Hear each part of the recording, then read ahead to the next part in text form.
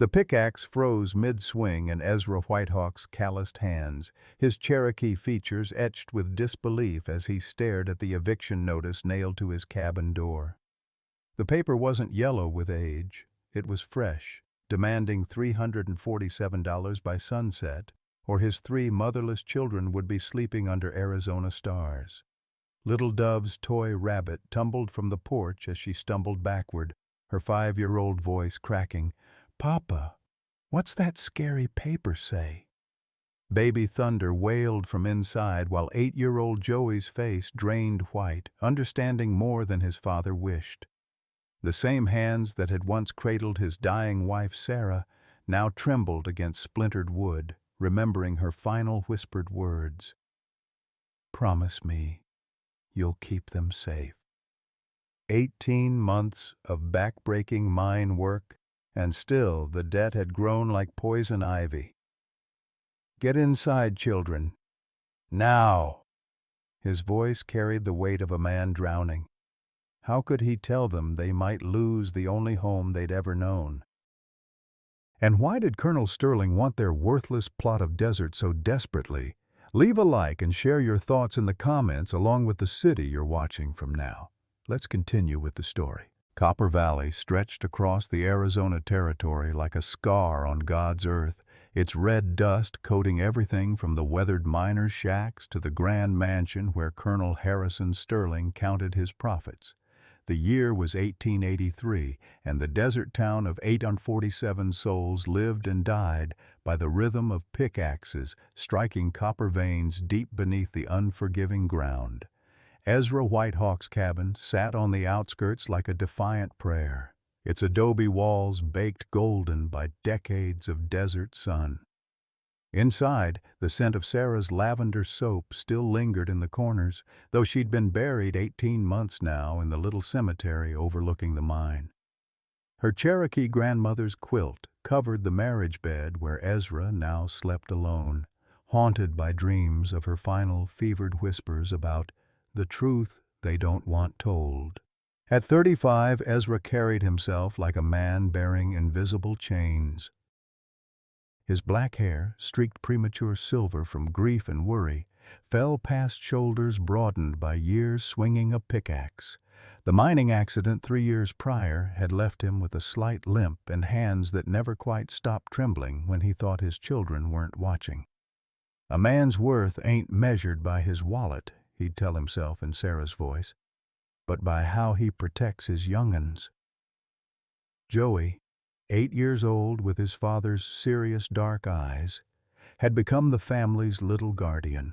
He'd wake before dawn to tend baby Thunder, changing soiled cloths and heating milk with the careful precision of someone far too familiar with adult responsibilities.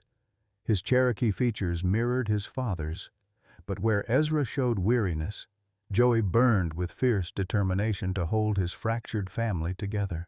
Little Dove danced through their small world like captured sunlight, her 5-year-old spirit somehow untouched by the weight pressing down on her family. She'd inherited her mother's auburn curls and green eyes, though she couldn't remember Sarah's face anymore, only the warmth of being held and sung to in a voice that grew fainter each passing day.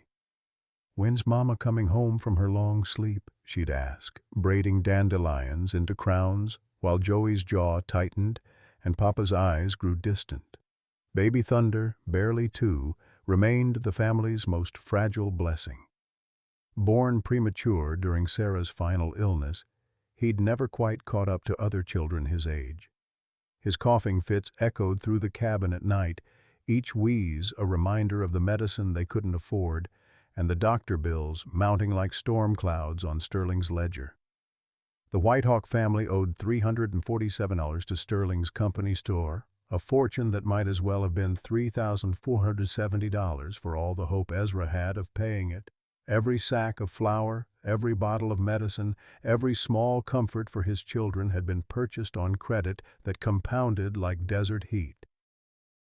Sterling owned the mine, the store, the bank, and most of the souls in Copper Valley. He was a man who measured worth in copper extracted and debts collected, viewing the Cherokee families as obstacles to progress rather than human beings deserving dignity. The morning sun had barely crested the desert mountains when Ezra heard the soft knock that would change everything. He'd been sitting at Sarah's old wooden table staring at the eviction notice and trying to figure how a man could conjure $347 from thin air and desperate prayers. Baby Thunder's coughing had kept them all awake, and the boy's fever seemed worse despite the cool rags Joey had faithfully applied through the night. "Papa, there's a lady at the door," Little Dove whispered, peeking through the gingham curtains Sarah had sewn 3 summers ago. "She's got something that smells like heaven." Ezra's hand instinctively moved to the old Colt revolver hanging by the door. Times were hard enough that even women could be trouble. But when he opened the door, squinting against the morning light, he found himself face to face with an angel carrying a loaf of fresh bread. "Mr. Whitehawk?" Her voice carried the musical quality of someone educated back east, but underneath lay something deeper, older, like water running over ancient stones. "I'm Grace Running Bear.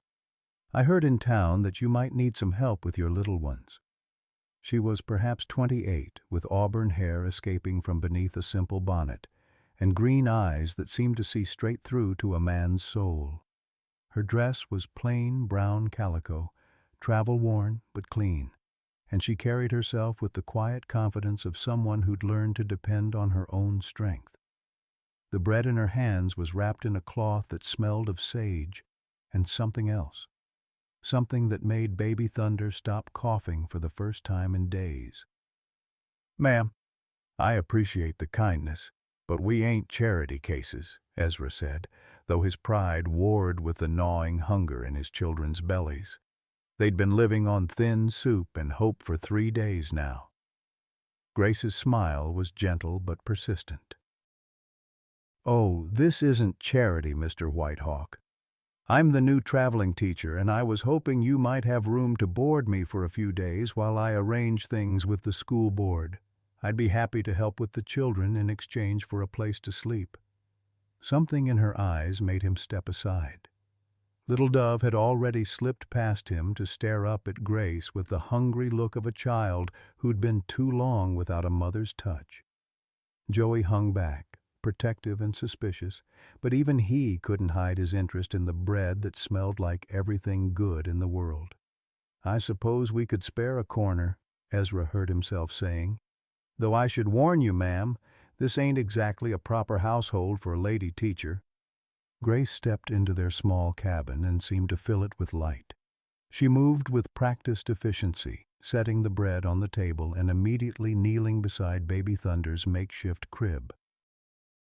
The little boy, who'd been fussing and fevered all morning, quieted the moment she touched his forehead.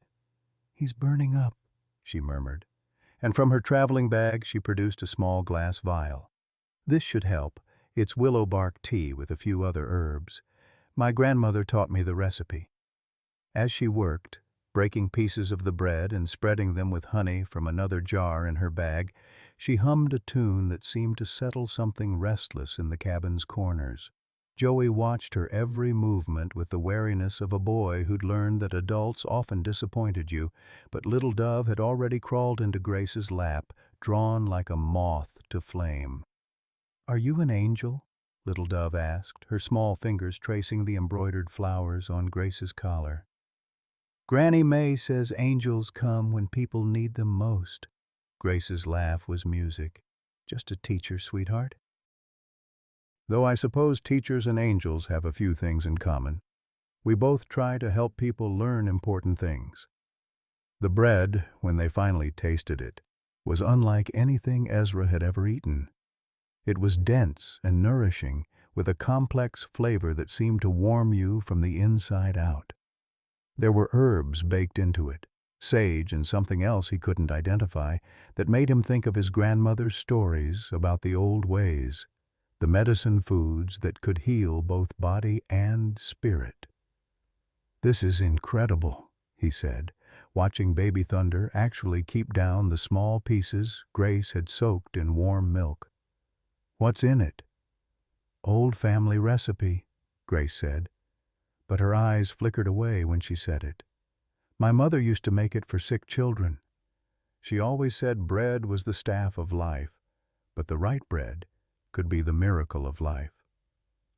As the day wore on, Grace seemed to slip seamlessly into their routine. She cleaned Baby Thunder when he soiled himself, sang Cherokee lullabies to Little Dove, and helped Joey with the reading lessons Sarah had started before she died. She moved through their small home as if she'd always belonged there, finding things in exactly the places Sarah used to keep them. But it was the small details that made Ezra's chest tighten with something between gratitude and suspicion. She knew to heat the milk to exactly the right temperature for Baby Thunder's delicate stomach. She understood that Joey needed to feel useful, giving him important tasks instead of treating him like a child. She seemed to know that Little Dove was afraid of loud noises, speaking always in gentle tones that never made the little girl startle. "How did you know?" Ezra asked that evening as they sat on the porch, watching the desert paint itself purple and gold in the setting sun. The children were finally asleep, all three of them peaceful for the first time in weeks. "Know what?" Grace's hands were busy mending one of Joey's shirts, her needle catching the last light of day. "Where things go.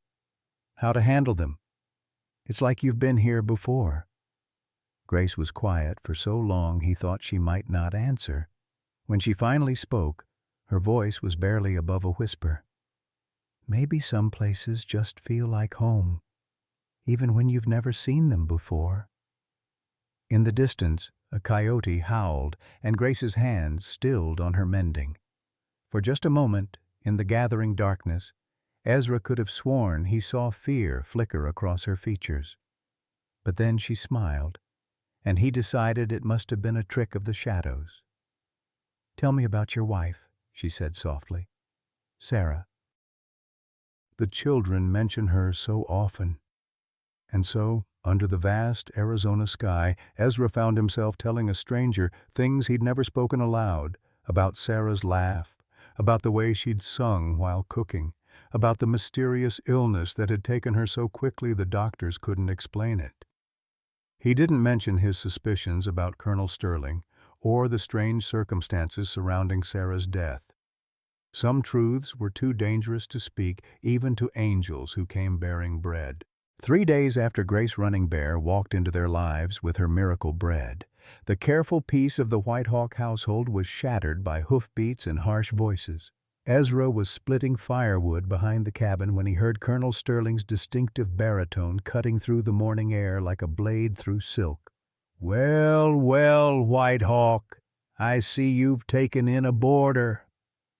Sterling sat atop his magnificent black stallion, flanked by his foreman Snake Morrison and Deputy Sheriff Tom Ironwood. All three men wore the particular expression of predators who'd cornered their prey. "Mighty generous of you, considering your financial situation." Grace appeared in the doorway, wiping flour from her hands on Sarah's old apron.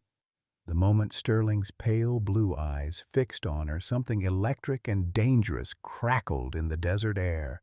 The colonel's weathered face went white as bleached bone, then flushed deep red. "You," he breathed, and his voice carried 20 years of buried rage. "It can't be." "Hello, Father." Grace's voice was steady, but Ezra could see her hands trembling against the doorframe. "It's been a long time." The revelation hit Ezra like a pickaxe to the chest. "Father?"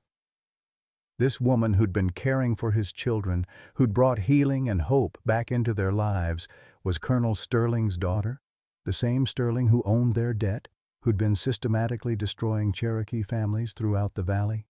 "You're supposed to be dead," Sterling said, his words falling like stones into a still pond. "I made sure of it when I threw you out 20 years ago. People have a way of surviving, even when their own fathers abandon them." Grace stepped fully into the yard, and Ezra noticed she'd positioned herself between Sterling and the cabin where the children still slept. "Especially when they have something important to live for." Joey appeared behind Grace, rubbing sleep from his eyes, followed closely by Little Dove clutching her rabbit. Baby Thunder's coughing drifted from inside, and Grace's jaw tightened with protective instincts that transcended blood relations. "These children have nothing to do with whatever's between us," she said firmly. "This family has been through enough." Sterling's laugh was bitter as desert wind. "Family? Is that what you call this arrangement? My bastard daughter playing house with a half-breed minor who owes me more money than he'll see in 10 lifetimes?" The racial slur hung in the air like poison gas. Ezra's hand moved instinctively toward his axe, but Grace caught his eye and shook her head slightly. Violence was what Sterling wanted, an excuse to finish what he'd apparently started years ago. "Mama Grace, who is that mean man?" Little Dove whispered, and the innocent words seemed to hit Sterling like a physical blow. His daughter, the daughter he'd disowned and left for dead, had become a mother to the children of his enemy. "Nobody important, sweetheart," Grace said, never taking her eyes off Sterling. "Just someone who forgot how to love a long time ago." Deputy Ironwood cleared his throat uncomfortably. "Colonel, maybe we should just collect what we came for and—" "Shut up, Tom." Sterling's voice cracked like a whip. "This changes things. This changes everything." His eyes, so similar to Grace's but twisted with decades of bitterness, fixed on Ezra. "You want to know why your wife really died, Whitehawk? Ask my daughter. Ask her what she knows about family secrets." Grace went rigid, and for the first time since she'd arrived, Ezra saw genuine fear in her eyes. "Don't," she whispered. "Please don't." "Oh, but I think I will." Sterling leaned forward in his saddle, savoring the moment like a cat with a wounded mouse. "You see, my dear daughter has a talent for being in the wrong place at the wrong time. She was here before, Whitehawk, 23 years ago, during the cholera outbreak. Her mother, my Cherokee whore, came to this very cabin with her magic bread and healing herbs." The pieces began falling into place in Ezra's mind like cards in a collapsing house. The bread recipe, Grace's uncanny knowledge of his home, the way she'd moved through their routine as if she'd always belonged there. "My mother saved half this town during that outbreak," Grace said, her voice growing stronger with each word. "Including your precious mine workers, and you repaid her by throwing us both out when the crisis passed." "I repaid her by not having you both shot for witchcraft," Sterling roared. "Do you have any idea what it cost me, having a half-breed bastard for a daughter? The business deals that fell through? The respect I lost?" Snake Morrison shifted nervously in his saddle. Even he seemed uncomfortable with the venom in his boss's voice. "Colonel, maybe we should—" "I said shut up!" Sterling's hand moved to the pistol at his hip. 20 years I've been building this territory into something civilized, something profitable, and now you come crawling back just like your mother, thinking you can save people who can't be saved." Joey stepped forward, his young chest puffed with indignation. "Miss Grace did save us. Baby Thunder was dying before she came, and now he's getting better every day." "Is that what you think?" Sterling's smile was cruel. "Boy, your baby brother isn't sick because of bad luck. He's sick because you've been poisoning the water supply to Cherokee families for 3 years," Grace interrupted, her voice cutting through Sterling's like a blade. "Just like you poisoned Sarah Whitehawk. Just like you've been slowly killing anyone who might challenge your hold on this valley." The accusation hung in the air like a loaded gun. Ezra felt his world tilt on its axis, everything he'd believed about his wife's death suddenly cast in a new and terrible light. "You can't prove that," Sterling said, but his voice lacked its earlier confidence. "Can't I?" Grace reached into her apron pocket and produced a folded piece of paper. "Sarah left this for me before she died. She was more clever than you gave her credit for. She documented everything. The wells you contaminated, the families you've been systematically destroying, the government officials you've been bribing to look the other way." Ezra stared at the paper in Grace's hands, his mind reeling. "Sarah knew you. She left you a letter?" "She was my friend," Grace said softly, tears finally beginning to flow down her cheeks. "We'd been corresponding for 2 years. She knew I was coming back, knew she might not live to see it. She asked me to watch over her children if anything happened to her." The truth hit Ezra like an avalanche. Grace hadn't appeared by chance. She'd come specifically to find them, to fulfill a promise made to a dying woman. His wife had orchestrated her own children's salvation from beyond the grave. Sterling's face had gone purple with rage. "You think you're so clever, just like her. But that letter won't save you, and it won't save them. I own this town, every building, every badge, every judge for 100 miles. Who do you think they'll believe? Me or a half-breed bastard with a grudge?" "They'll believe the truth," Grace said firmly. "And the truth is that you're a murderer." The word hung between them like a death sentence. Sterling's hand tightened on his pistol grip, and Ezra tensed, ready to throw himself between the gun and his children. "Careful, daughter," Sterling hissed. "Accusations like that tend to be dangerous for the people who make them. Just ask your Cherokee friends down by the river. Oh, wait, you can't.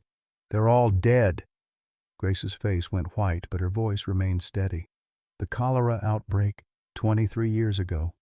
That wasn't cholera at all, was it? You poisoned them yourself, then blamed disease when they started dying." "Prove it," Sterling challenged, but sweat was beading on his forehead despite the cool morning air. "I intend to." Grace straightened her shoulders, looking every inch the daughter of a man who'd built an empire through force and cunning. "And when I do, this whole valley is going to know exactly what kind of monster you really are." Sterling's laugh was hollow. "You always were too much like your mother for your own good. It got her killed, and it's going to get you killed too." He wheeled his horse around, Morrison and Ironwood following suit. "Enjoy your family reunion while it lasts, daughter. Because come tomorrow night, you're all going to wish you'd never been born." As the three riders disappeared in a cloud of dust, Ezra turned to Grace with 1,000 questions burning in his throat. But before he could speak, she collapsed to her knees in the dirt, the weight of 20 years of secrets finally proving too much to bear. The silence after Sterling's departure stretched like a held breath until Little Dove's small voice broke it. "Mama Grace, why was that scary man so mean to you?" She tugged at Grace's skirt, her green eyes wide with confusion and fear. Grace pulled herself together with visible effort, scooping Little Dove into her arms and smoothing the child's auburn curls. "Sometimes grown-ups carry hurt feelings for so long, they forget how to be kind, sweetheart. But don't you worry about him. You're safe." But Ezra could see the tremor in Grace's hands, the way her eyes kept darting toward the horizon where Sterling's dust cloud had disappeared. He guided her into the cabin, his mind racing with implications he was only beginning to understand. "The children," Grace whispered as soon as they were inside. "If he knows I'm here, if he knows about Sarah's letter—" "Then we'll protect them," Ezra said firmly, though his own heart was hammering against his ribs. "All of them. Including you." Over the next several days, as Grace slowly revealed the full scope of her past, the Whitehawk cabin became both sanctuary and fortress. Grace had been 15 when Sterling threw her and her dying Cherokee mother out into the desert, pregnant and alone. She'd lost the baby during a brutal winter in the mountains, nearly dying herself before missionaries found her and sent her east for education. "I spent 13 years becoming someone else," she told Ezra one evening as they sat by the fire, the children finally asleep. "Grace Running Bear died in those mountains. I became Miss Rebecca Sterling, took my father's name to spite him, learned to speak like a white woman, to think like one. I thought if I could prove I was worthy of his world, maybe he'd take you back." Ezra finished gently. Foolish, wasn't it? Her laugh was bitter.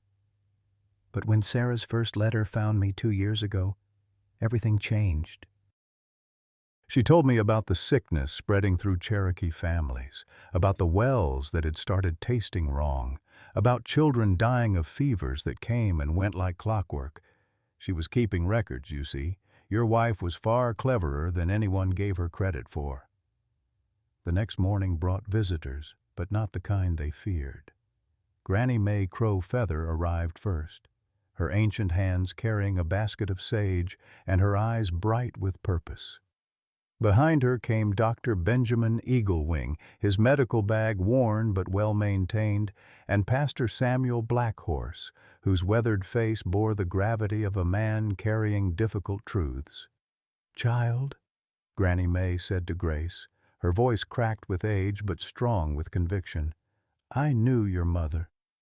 She saved my grandson during the cholera outbreak. When I smelled that bread you brought," she shook her head, tears threatening, "I knew you'd come home to finish what she started, Doctor." Eaglewing set his bag on the table with trembling hands. "I've been carrying this guilt for 3 years now. What happened to Sarah? What I was forced to do? It's been eating at my soul like cancer." "Forced?" Ezra's voice was dangerously quiet. "Sterling found out I'd been treating Cherokee families for free. Said if I didn't stop, he'd have me run out of town. But I couldn't watch children die, so I kept going in secret. When Sarah got sick," his voice broke, "Sterling caught me giving her medicine, real medicine that might have saved her. He said if I didn't let nature take its course, he'd make sure every Cherokee family in the valley suffered." The confession hit the room like a thunderclap. Ezra surged to his feet, his hands clenched into fists, but Pastor Blackhorse caught his arm. "Violence won't bring her back, son," the preacher said gently, "but the truth might save others." Grace pulled Sarah's hidden letter from her bodice, unfolding it with reverent care. She knew she was dying. Look at this. Dates, times, symptoms. She documented everything, including the taste changes in your well water starting 6 months before she got sick. The letter was written in Sarah's careful script, each line a testament to a woman who'd refused to go quietly into the night. She'd traced the pattern of illness, noted which families were affected and which weren't, even managed to collect water samples that Dr. Eaglewing confirmed contained trace amounts of arsenic. "There's more," Grace said, her voice barely above a whisper. "Sarah wasn't just investigating for her own family. She'd been in contact with federal authorities in Denver. There's a territorial investigation already underway into Sterling's mining practices." But even as hope began to bloom, danger drew closer. Snake Morrison had been seen around town, asking questions about Grace, making threats barely veiled as casual conversation. Several Cherokee families reported midnight visits from unknown riders. The general store suddenly refused credit to anyone on Sterling's unreliable list, which seemed to include every family that might support the Whitehawks. The breaking point came on a Thursday evening when Joey didn't return from his after-school job at the livery stable. Grace and Ezra searched the town until nearly midnight, their panic growing with each passing hour. They found him, finally, beaten and tied up in an abandoned mine shaft, with a message carved into the post beside him. "Last warning. Leave or join your mother." As Ezra carried his unconscious son home, his face a mask of rage and determination, Grace made a decision that would change everything. "I'm leaving," she announced the next morning, her traveling bag already packed. "Tonight, Sterling's fight is with me, not with your family. If I go, maybe he'll leave you alone." "Like hell you are," Ezra said flatly, surprising himself with the vehemence in his voice. "You think I'm going to let you walk out of here after what you've done for us? After what you mean to—" He stopped, the unspoken words hanging between them like a bridge neither had quite dared to cross. "After what I mean to you?" Grace's voice was soft, her green eyes searching his face. The conversation was interrupted by little Dove's excited squeal from the window. "Papa! Mama Grace! There's a whole bunch of people coming!" They rushed outside to see what looked like half the town approaching the cabin. Pastor Blackhorse led the procession, followed by Dr. Eaglewing, Granny May, and dozens of other families, Cherokee, Mexican, and white settlers who'd had enough of Sterling's tyranny. "We've been talking," the pastor announced, "about what's been happening in this valley, about the children who've died, about the fear we've all been living with, and we've decided it's time to make a stand." Maria Santos, whose own children had suffered mysterious fevers, stepped forward. "My Carlos, he almost died last winter. The doctor said it was just bad luck. But now," she gestured toward Grace, "now we know it wasn't luck at all." Others began speaking up, sharing stories that painted a clear picture of Sterling's systematic campaign against the Cherokee population. Families driven off their land by trumped-up debts, wells that had mysteriously gone bad, children who'd fallen ill after drinking water from specific sources. "But we ain't just here to talk," said Tom Red Cloud, a Cherokee elder whose own grandson had died the previous year. "We're here to offer protection. Sterling thinks he can pick us off one by one, keep us scared and divided. But there's more of us than there are of him." Grace was visibly moved by the show of support, but her practical mind was already working through the implications. "He controls the law in this county. Deputy Ironwood does whatever Sterling tells him to do, and the territorial governor owes Sterling too many favors to act against him." "Maybe," said Dr. Eaglewing. "But I've been corresponding with a federal marshal in Denver, man named Robert Hayes. He's been investigating reports of systematic violence against native populations throughout the territory. If we can get Sarah's evidence to him—" "It's a 2-day ride to Denver," Ezra pointed out, "and Sterling's men will be watching every road out of the valley." "Not every road," Granny May spoke up, her ancient eyes twinkling with mischief. "There's old paths through the mountains that Sterling's men don't know about." Cherokee paths, older than his grandfather's grandfather.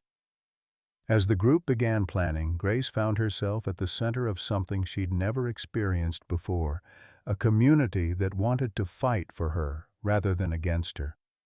But even as her heart swelled with belonging, her mind kept returning to the violent realities they faced.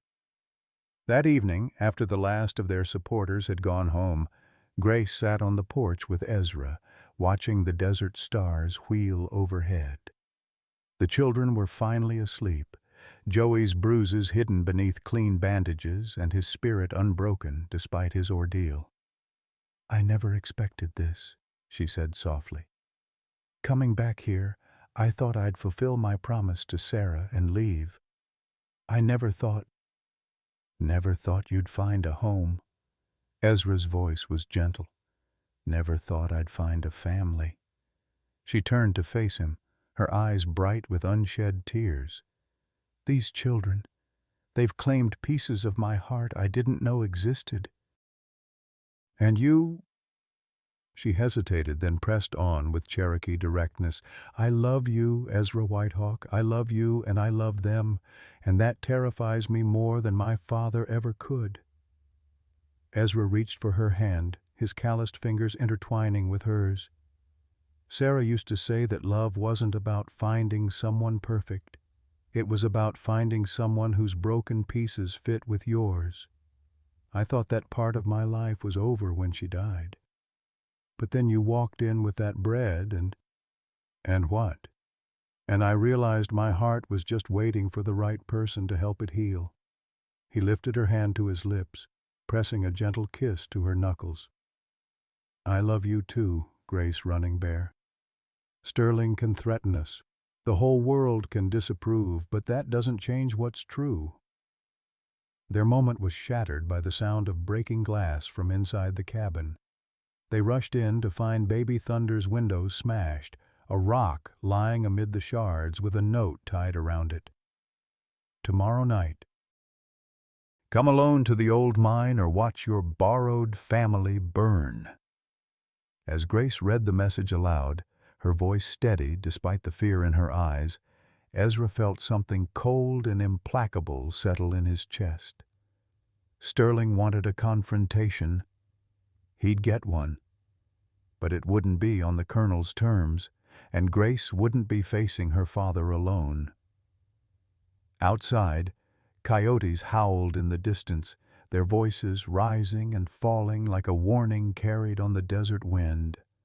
The battle for Copper Valley was about to begin, and everything, their love, their family, their very lives, hung in the balance. The confrontation began at dawn on Friday morning, not at the old mine as Sterling had demanded, but right in the heart of Copper Valley's main street.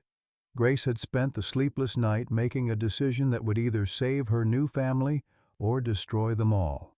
She would meet her father publicly, forcing him to show his true nature before the entire town. As the morning sun cast long shadows between the weathered buildings, Grace walked down the center of the dusty street with Ezra beside her and their 3 children trailing behind. Word had spread quickly through the Cherokee families and their supporters. By the time they reached the general store, a crowd had gathered, miners still black with coal dust from the overnight shift, Mexican families clutching rosaries, Cherokee elders whose weathered faces showed no emotion but whose eyes burned with decades of suppressed anger. Colonel Sterling emerged from his mansion like a king holding court, flanked by Snake Morrison and 6 hired guns Ezra didn't recognize. Deputy Sheriff Ironwood stood nervously to one side, his hand resting on his pistol but his eyes darting between the 2 factions like a man who suddenly realized he'd bet on the wrong horse. "You didn't come alone," Sterling called out, his voice carrying the authority of a man accustomed to being obeyed. "I should have expected as much from a daughter who inherited her mother's talent for stirring up trouble." "I came with my family," Grace replied, her voice carrying clearly in the morning air. "The family you tried to destroy, and the community you've been terrorizing for years." Sterling's laugh was harsh as desert wind. "Family? You think these people care about you? They're using you, girl, just like your Cherokee mother used me.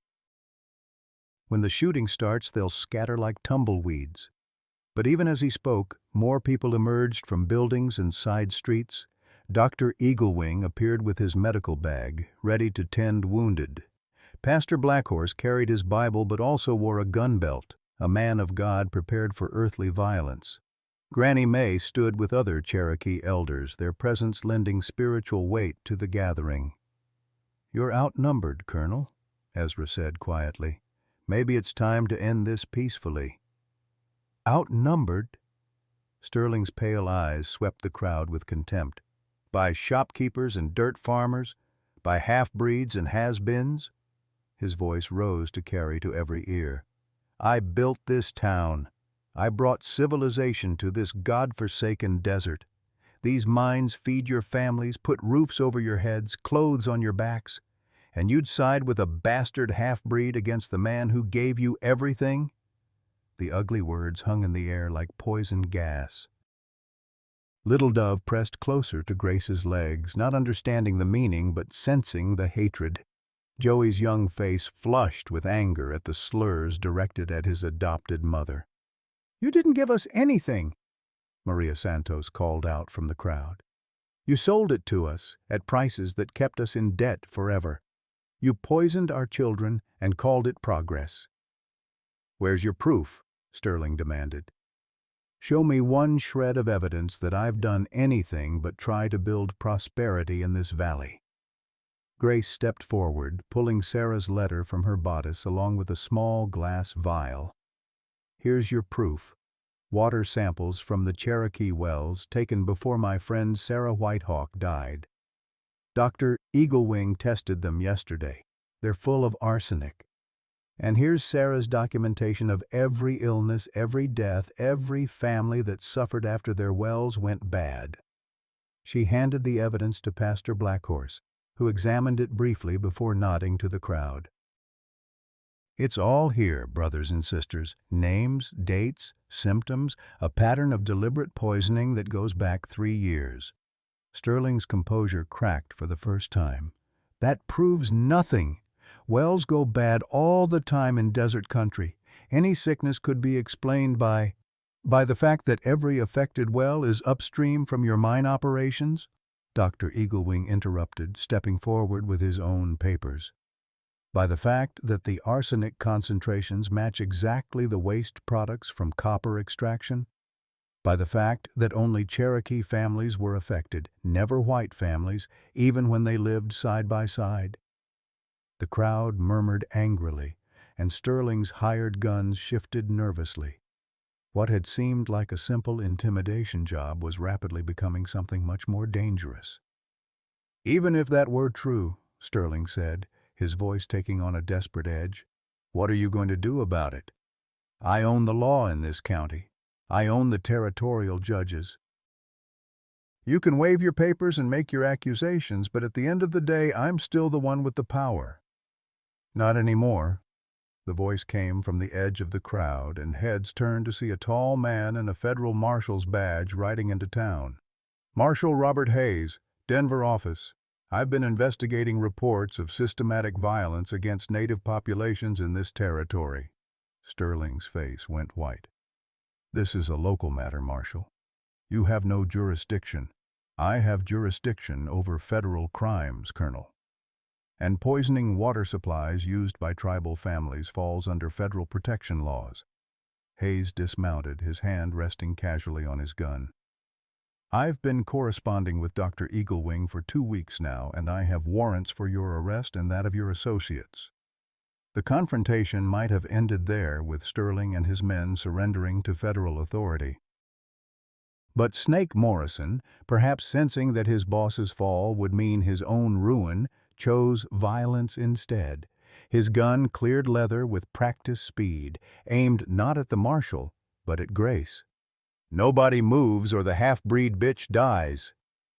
The shot that followed came not from Morrison's gun, but from Joey Whitehawk's small rifle. The boy had been learning to hunt rabbits, but his aim was true when it mattered most. Morrison's shot went wide, and the gunman fell clutching his shoulder as chaos erupted.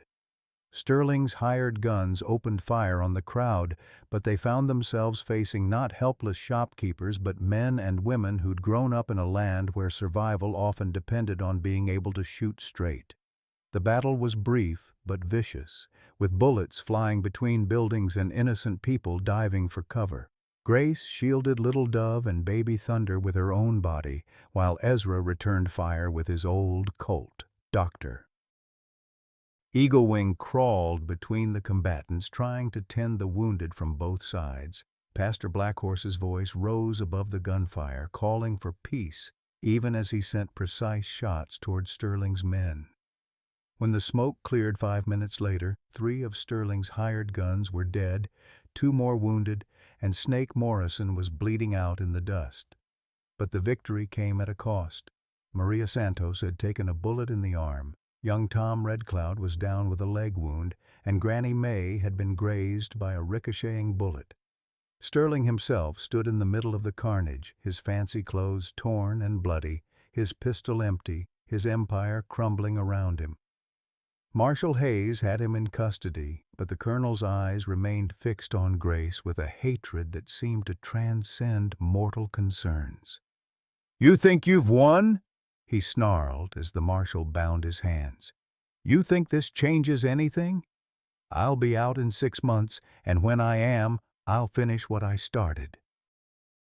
You and every Cherokee family in this valley will wish you'd never been born." Grace stepped close to her father, close enough that only he could hear her words. "You're wrong about one thing, Father. I was never Cherokee enough for the tribe or white enough for your world. But these people accepted me anyway, loved me anyway, fought for me anyway. That's something you'll never understand. Love isn't about blood or race or power. It's about choosing to stand together when it matters most." Sterling spat at her feet. "Pretty words from a bastard half-breed. But blood tells, girl. You'll see." When the federal government loses interest, when these people realize what it costs to defy me, you'll be alone again, just like your mother." "My mother wasn't alone when she died," Grace said quietly. "She was surrounded by the children she'd saved, the families she'd healed, the community she'd helped build. And when my time comes, I'll have the same thing." That's the difference between us. You build empires out of fear, but she built families out of love. As Marshal Hayes led Sterling away, the immediate crisis was over. But Grace knew the larger battle was just beginning. Sterling had connections throughout the territorial government, money to buy lawyers and judges, influence that reached all the way to Washington. The evidence they'd gathered was damning, but justice for powerful men was often a luxury the frontier couldn't afford. That evening, as the wounded were tended and the dead were mourned, the community gathered at the Whitehawk cabin to plan their next moves. Grace found herself at the center of discussions about legal strategies and political pressure. But her heart was focused on simpler things: Little Dove's hand in hers, Baby Thunder's peaceful breathing, Joey's proud smile as the adults praised his crucial shot. "We can't let our guard down," Ezra warned the gathering. "Sterling's got friends in high places and they won't let this stand without a fight." "Then we'll be ready for them," Pastor Blackhorse replied. "We've proven we can stand together when it matters. And we've got something Sterling never had. We're fighting for what's right, not just what's profitable." As the meeting broke up and families headed home through the darkness, Grace stood on her porch, looking out at the desert stars.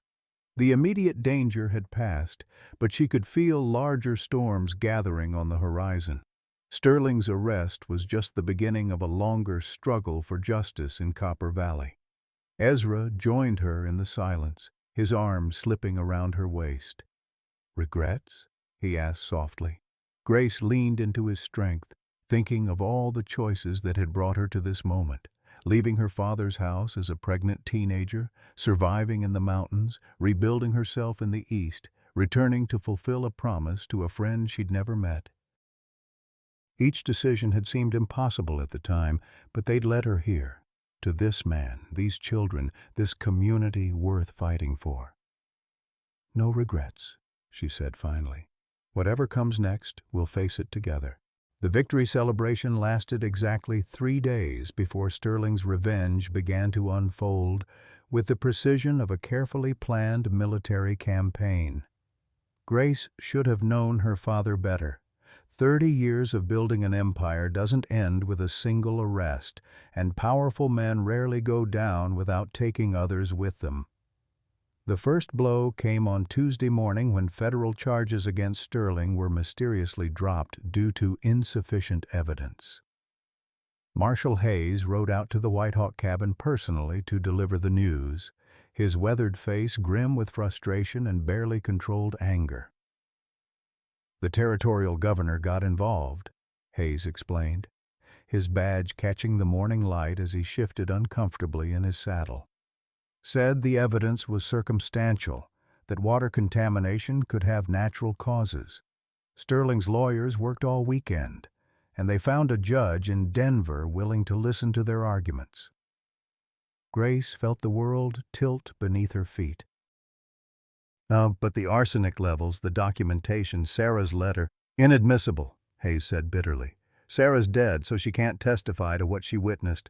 The water samples were taken by civilians without proper chain of custody. And Sterling's got 3 government officials swearing that the mining operations have always followed territorial regulations." Ezra's jaw tightened with rage. "So he just walks free, after everything he's done, after all the people who died?" "He's not walking completely free," Hayes clarified. "There's still a federal investigation ongoing, and I'll keep pushing from Denver. But for now, he's out on his own recognizance, and he's already back in Copper Valley." The marshal's words proved prophetic. By noon, Sterling had returned to his mansion as if nothing had happened, but the town that greeted him was subtly, dangerously different. The Cherokee families who'd once scattered when his carriage approached now stood their ground, watching him with eyes that held no fear. The Mexican workers who'd previously tipped their hats now met his gaze steadily. Even the white shopkeepers seemed less eager to curry his favor. Sterling's response was swift and merciless. By evening, half the Cherokee miners had been fired from the copper mine, ostensibly for safety violations that hadn't existed the week before. The company store raised prices again, but only for families who'd supported Grace during the confrontation. Credit was cut off entirely for anyone who'd been seen in the crowd that morning. "He's trying to starve us out," Maria Santos said during an emergency gathering at Pastor Blackhorse's church. Her husband had been among the fired miners, and her 3 children were already asking why there was less food on the table. "Make it too expensive to oppose him." But Sterling's economic warfare was just the beginning. On Wednesday night, the Red Cloud family's well was poisoned, not with the slow arsenic that had killed Sarah, but with something immediate and brutal that killed their livestock within hours. On Thursday, a mysterious fire consumed the small schoolhouse where Grace had been planning to resume teaching. On Friday, someone shot out the windows of Dr. Eaglewing's clinic. The message was clear. This is what happens to communities that defy Colonel Harrison Sterling. Grace found herself caught in an impossible situation. Every day she remained in Copper Valley, more families suffered for their association with her. But leaving would mean abandoning the children who'd come to call her mother, the man she'd grown to love, and the community that had finally given her a place to belong. The breaking point came on Saturday evening when Little Dove disappeared. Grace had been teaching the girl to bake bread using her grandmother's recipe, their hands working together in the flour while Joey read aloud from one of Sarah's old books and Baby Thunder played with wooden blocks on the floor. Ezra had gone to check on the horses, and Grace had stepped outside to draw water from the well. When she returned 5 minutes later, Little Dove was gone. The search began immediately, with Ezra's voice cracking as he called his daughter's name across the desert darkness. The entire community mobilized, Cherokee trackers reading signs by torchlight, Mexican vaqueros scouring the arroyos, white families checking every shed and cellar in town. But after 12 hours of desperate searching, they found only a child's hair ribbon tied to a fence post near Sterling's mansion, and a note written in the colonel's precise handwriting. "Some debts require personal payment. Come alone to the old mine at midnight, or your borrowed daughter pays the price." Grace read the note by lamplight in the cabin that had become her home, surrounded by the people who'd become her family. Joey sat rigid with fury and fear, his 8-year-old hands clenched into fists. Baby Thunder fussed restlessly, sensing the tension even though he couldn't understand it. Ezra paced like a caged wolf, his Cherokee features stark with barely controlled violence. "It's a trap," Pastor Blackhorse said quietly.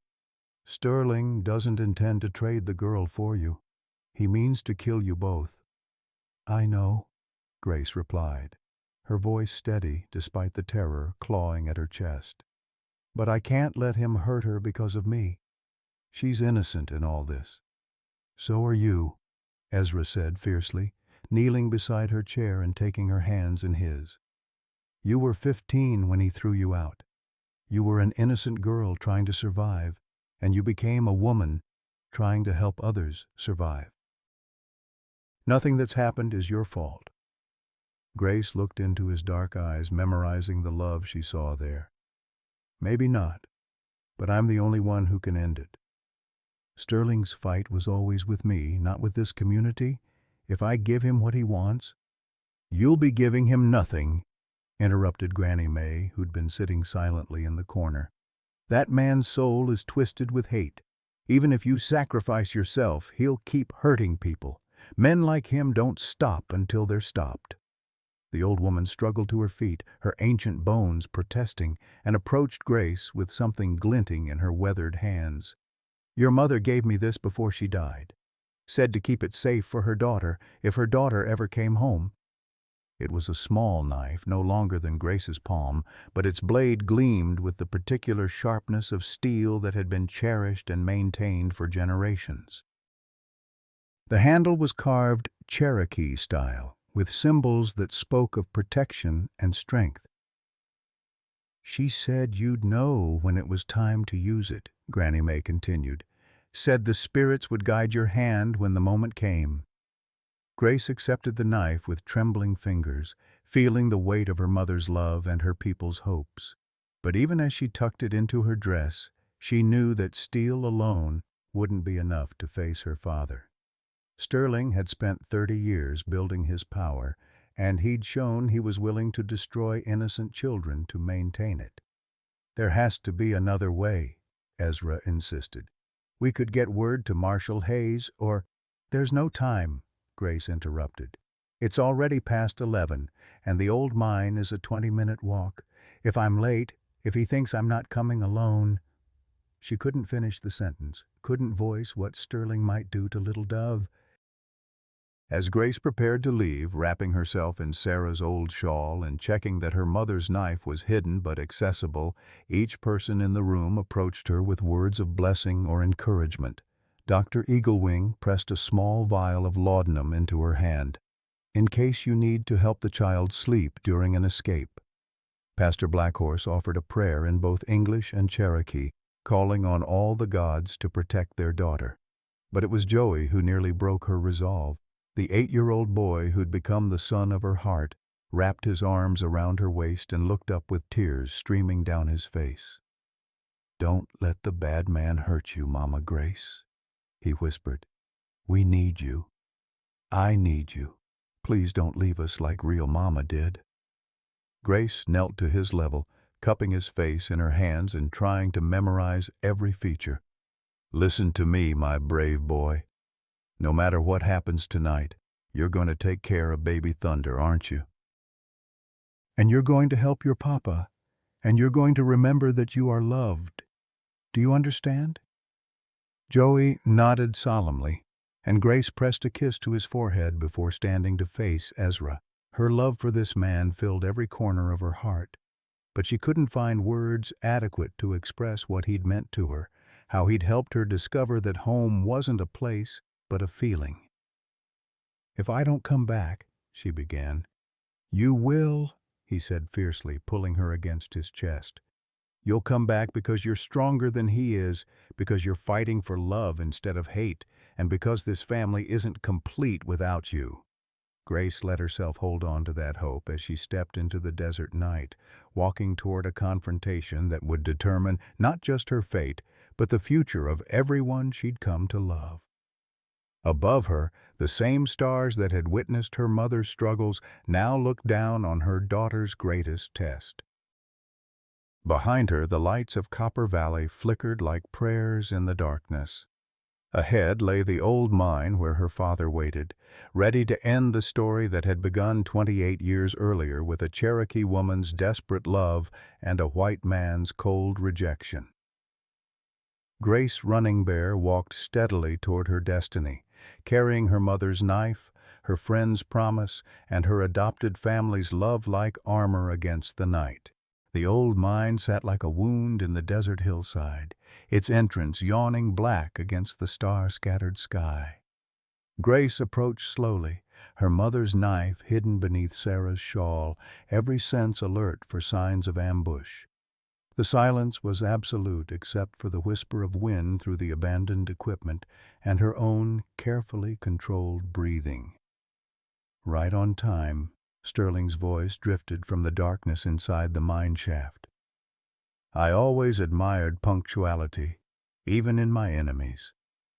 Grace stepped into the entrance, letting her eyes adjust to the deeper blackness within. Oil lamps flickered along the walls, casting dancing shadows that made the carved stone seem alive.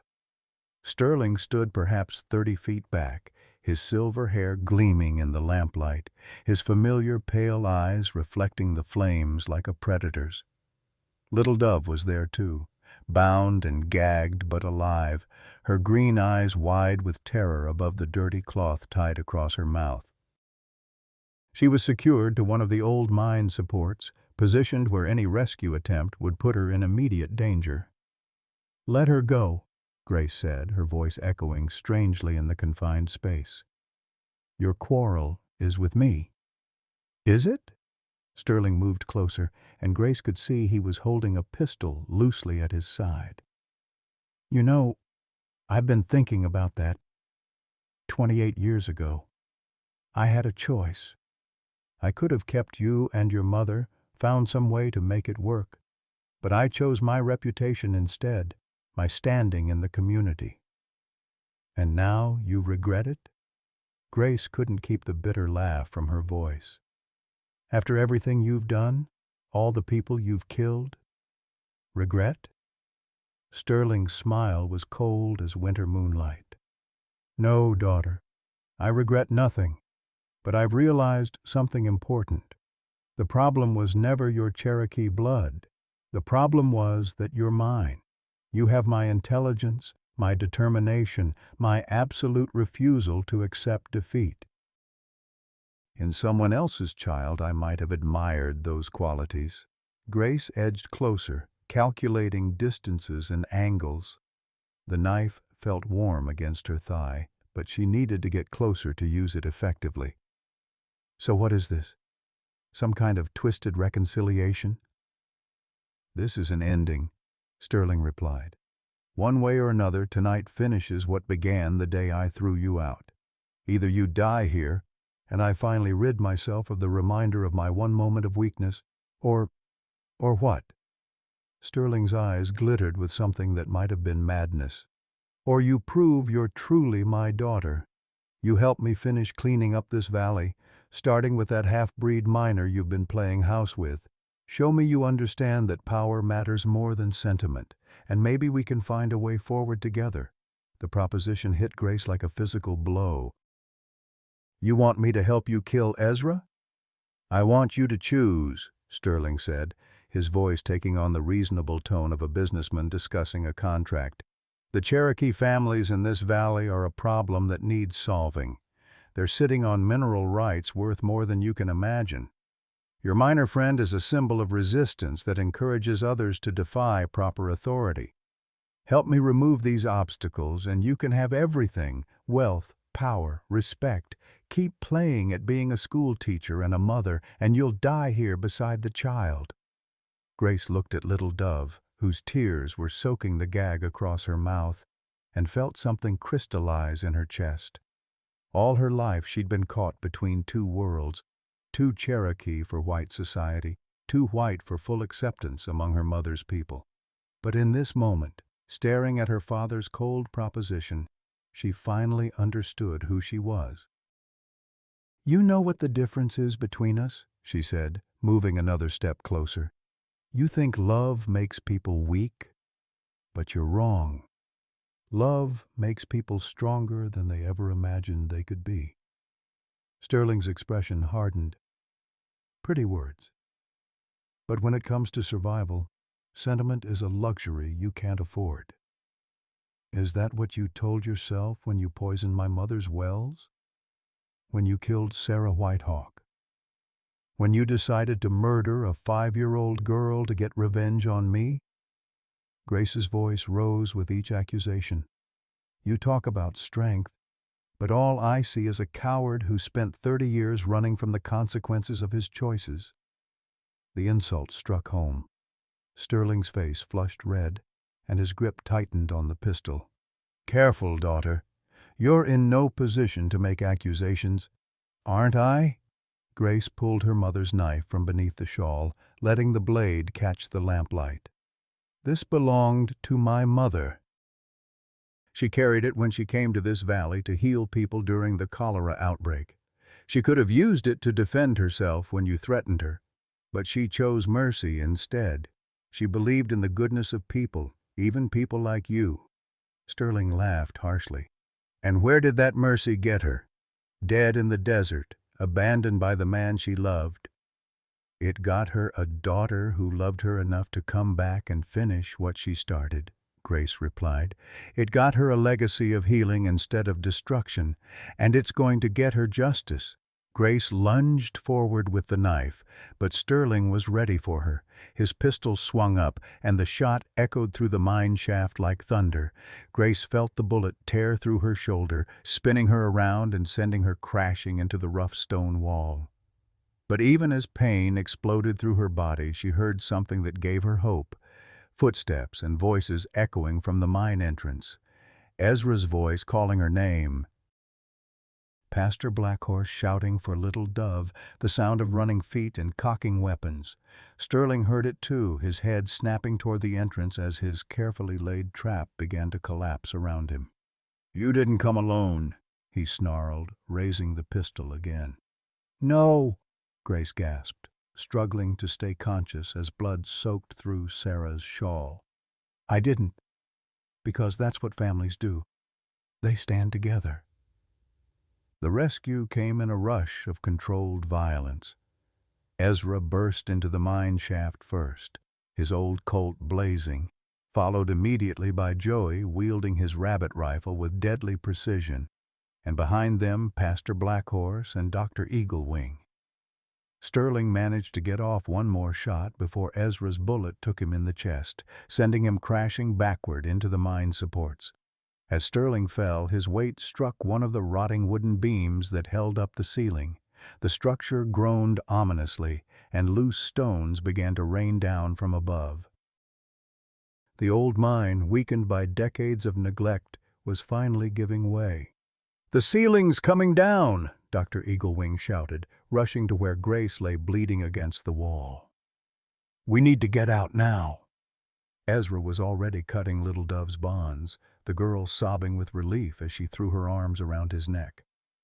Pastor Blackhorse grabbed one of the oil lamps, providing light as they prepared to evacuate the collapsing mine. But Sterling wasn't finished. Even with a bullet in his chest, the colonel managed to pull himself upright, his pale eyes burning with fanatic determination. "If I can't have this valley," he gasped, blood frothing at his lips, "then no one can." He had something in his hand, a stick of dynamite left over from the mine's active days, its fuse already lit and burning rapidly toward the explosive. With his last breath, Sterling hurled it deeper into the mine shaft, toward the main support pillars that held up the entire hillside. "Run!" Grace screamed, forcing herself upright despite the agony in her shoulder. "Everyone run!" They fled through the collapsing tunnel in a desperate race against time and gravity. Joey helped support Grace while Ezra carried Little Dove, their footsteps echoing off the shaking walls as stones crashed down around them. Behind them, Sterling's maniacal laughter turned to screams as the mine began to bury him alive. They burst from the entrance just as the dynamite exploded, the blast wave knocking them all to the ground as the hillside collapsed in on itself. When the dust settled and the rumbling stopped, the old mine was gone, sealed forever beneath tons of rock and earth. Sterling's empire had literally collapsed around him, taking its creator into the darkness he'd spent a lifetime creating. But even in death, the colonel had tried to ensure that no one else could claim victory from his defeat. Grace lay in the desert sand, bleeding and exhausted, but alive, surrounded by the people who'd risked everything to save her. Little Dove was crying in Ezra's arms, but she was safe. Joey stood protectively over them all, his young face fierce with the knowledge that he'd helped save his family. "Is it over?"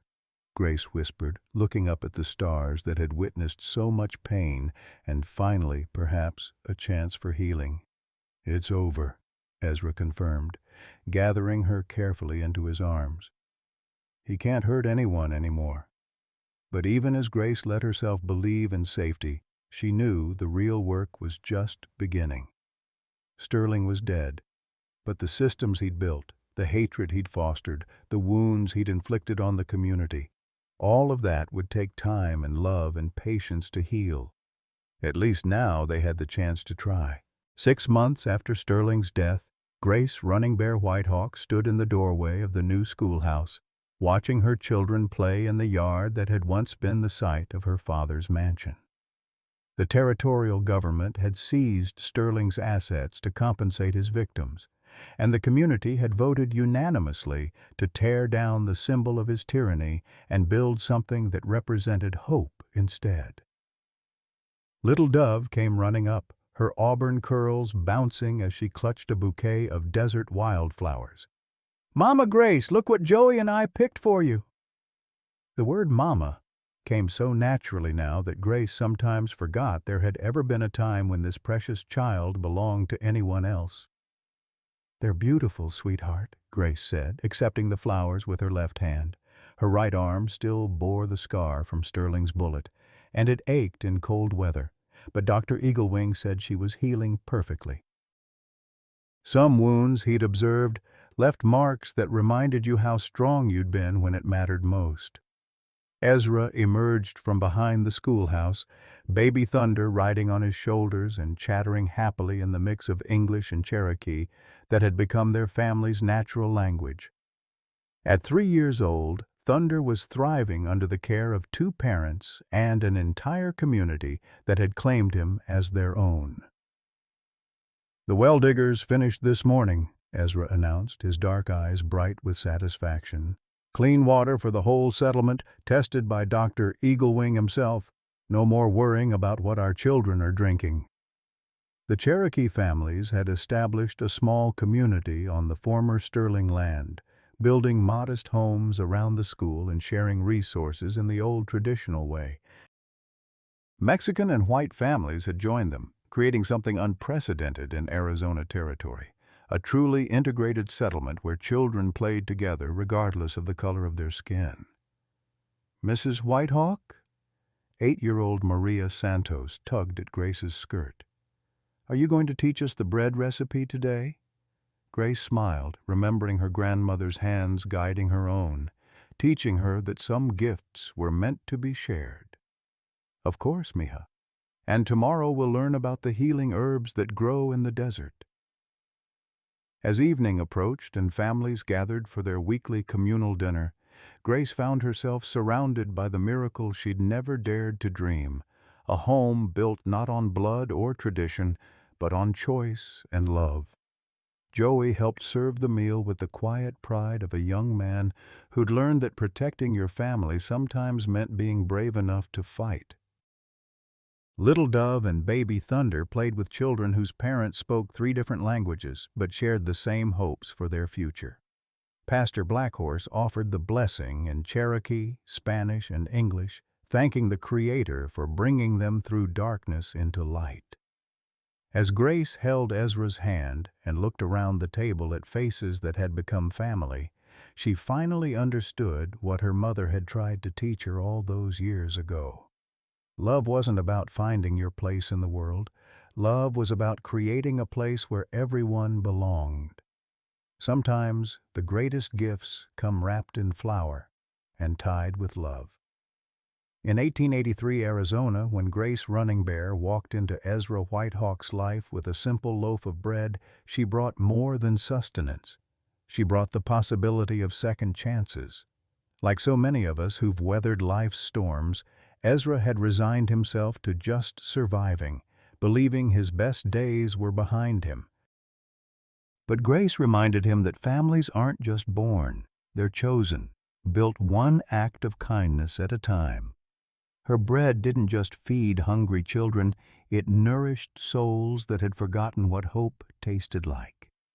This story speaks to every grandparent who's wondered if they still matter, every widow or widower who thinks love only comes once, every person who's felt invisible in a world that values youth over wisdom.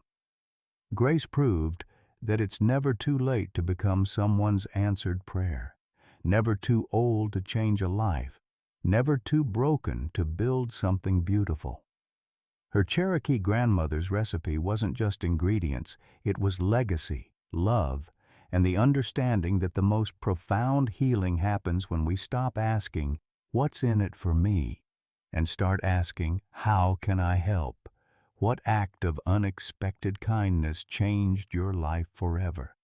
Have you ever been someone's grace with bread when they needed hope most? Share your stories below. Your experience might be exactly what someone else needs to hear today.